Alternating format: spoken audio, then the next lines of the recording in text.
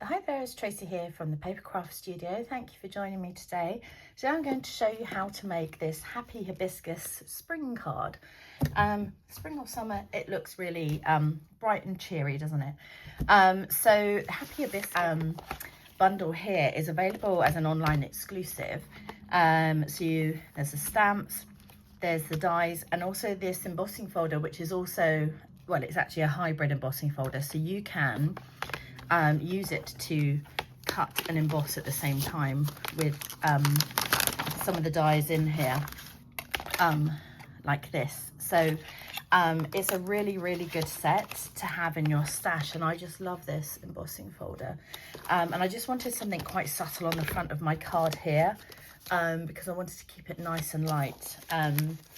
Oops, trying to get that back in, but I won't worry about that right now.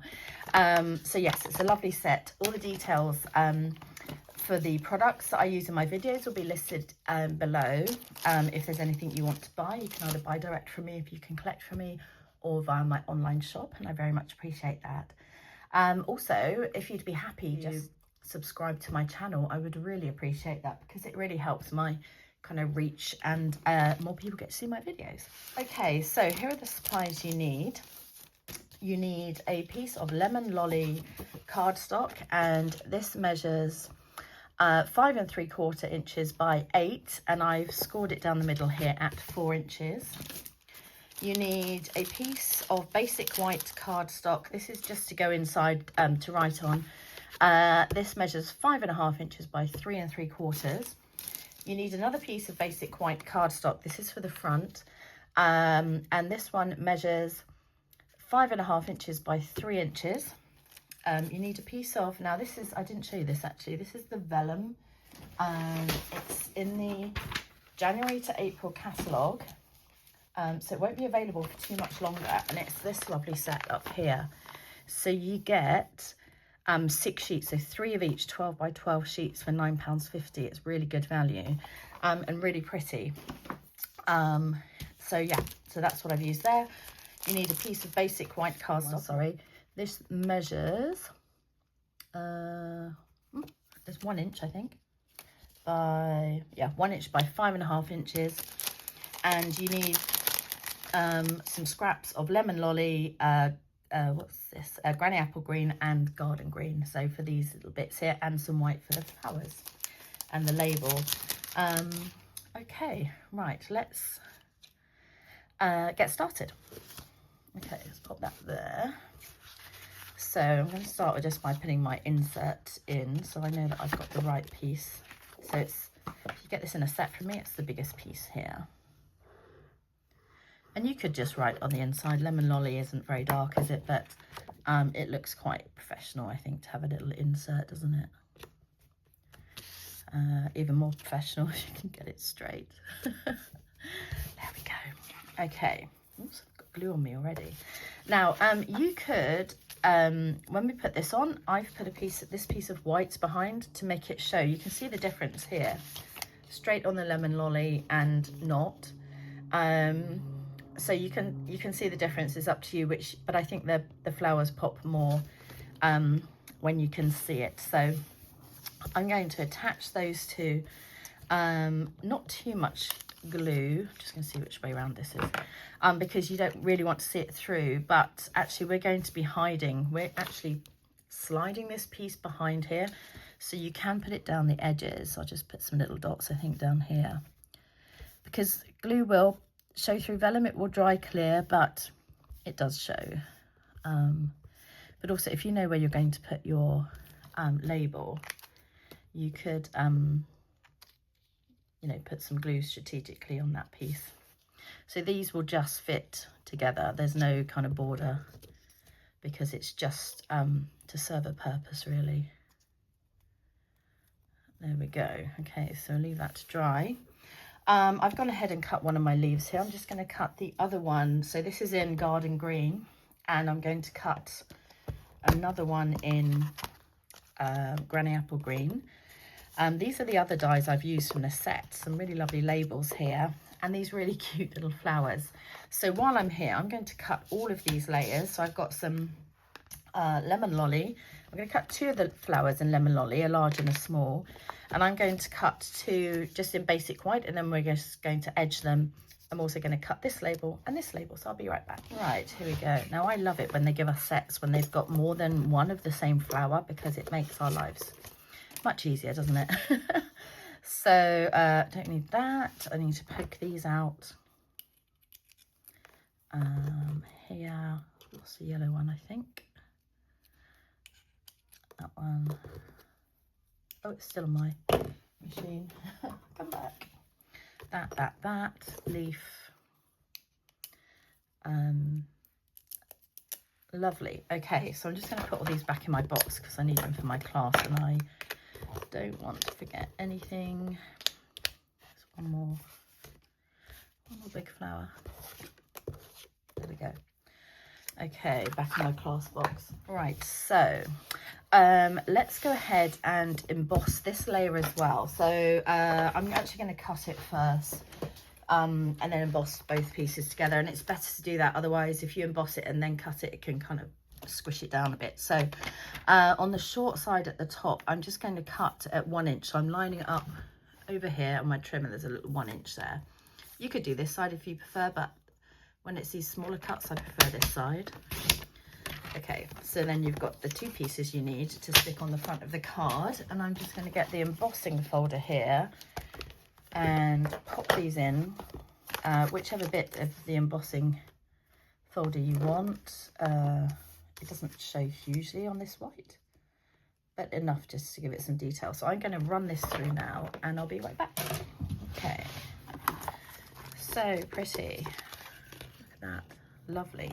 It's a really, really good background for a card. I thoroughly recommend that one. Okay, so we're going to flip these over and put some dimensionals. Now, to balance these out, not so many on this one, but this side you need a few more. I'm just going to put that there for a sec. It looks very yellow here, doesn't it? Oh, it's just, oh my God. I was just looking through the top of my screen. I was thinking, have I left something in front of it? Okay, dimensionals, as always, disappear on my desk. Here they are. Okay, so on this one, and actually the tip here, don't put them too close to the edge because we're going to slide to the edges. Sorry, we're going to slide this piece in. So leave a little gap down either side here, and I must remember this in class. I might have to make a note. Okay, so I kind of put those on, and then these ones just to prop it up. You don't have to use as many if you don't want to. And then on this one, I've just kind of staggered them like this. It's not really, it doesn't really need to be, you know, two across on each section. That's a bit close to the edge. I'm just going to move that one a little bit. And one down here. Okay, so these are going to, just check we're on the right way. These are going to have a little border around like this. So my suggestion is, once you've taken all these backings off, a little tip how to line it up, you know, as best as possible, because once you've got dimensions on, it's a bit more tricky. You can't really slide it around.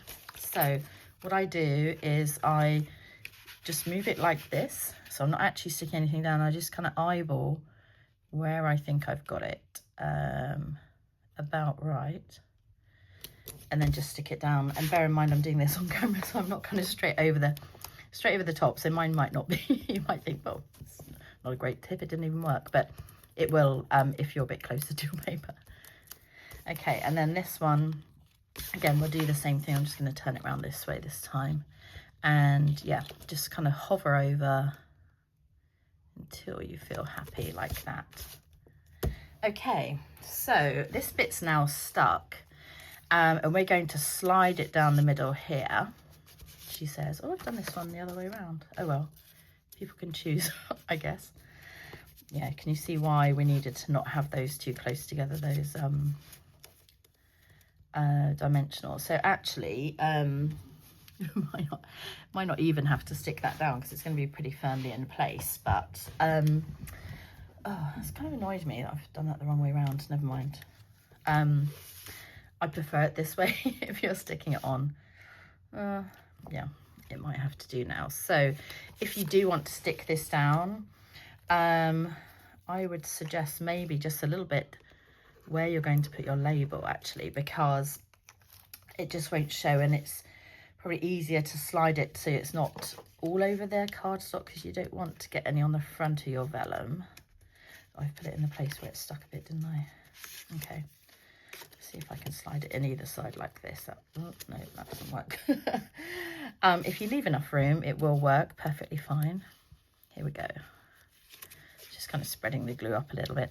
And actually, because we've got the white background on it, thinking about it, it doesn't matter, because it's not going to show through anyway, is it? So there we go. It should just line up. You can always trim before you stick it down if it's not quite where you want it to be. Okay, let's go ahead and stamp this. I had Have a Lovely Day on the front, because I have an Easter stamp and it's too big to fit in this little circle. So I'd like people to have an option of what to put on there. I might put For You this time, and then again they can stamp Happy Easter inside if they'd like. Okay, cool. This little bit here, this little label we're going to stick across. I thought it made a bit of a difference from ribbon, actually. We always use ribbon. Which way should I do it this time? Maybe that way. I'm going to put the flowers on this side. So I'm just going to put some glue near the edges. I'm probably not going to go over those little slits at the end, but it's kind of like a little bridge, isn't it? So I'm just going to go across that way this time. Yeah, I put that on with dimensionals. So a couple of dimensionals on the back of here, maybe a little trio.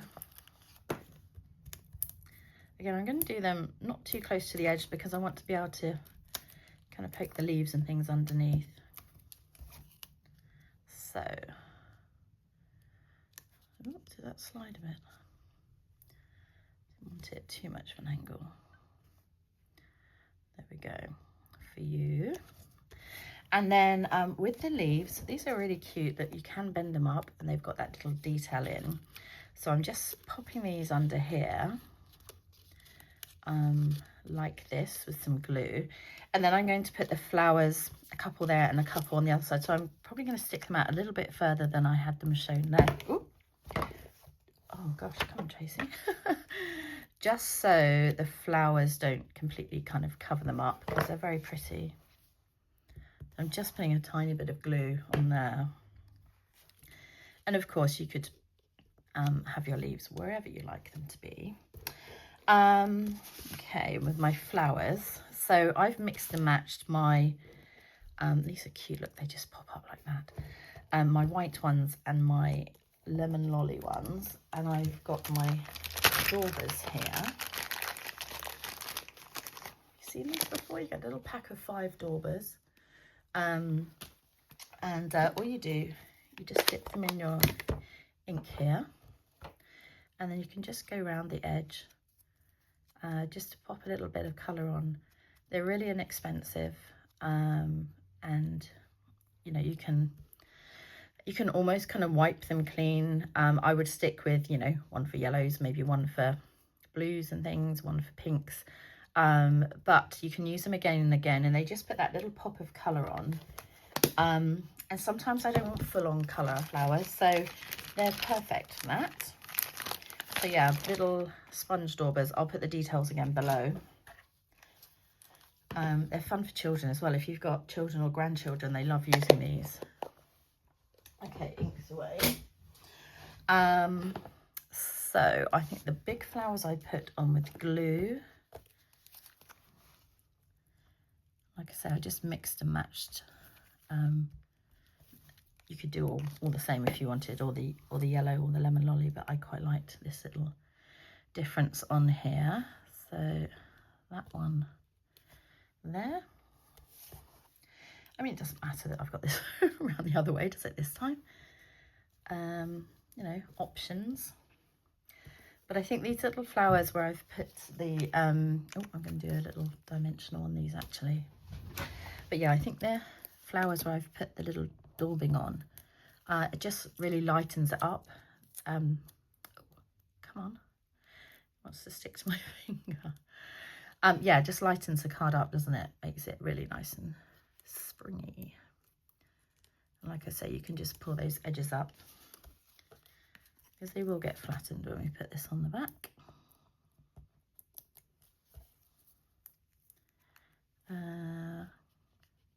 Just overlap those a little bit. And then good old rhinestones to finish off. And do you know, these are such a good staple to have in your stash because they can be used for so many cards. I think I'm using them on 2 cards this month. So yeah, very handy. They're staying in the catalogue, thank goodness, in the new annual catalogue, which comes out in May.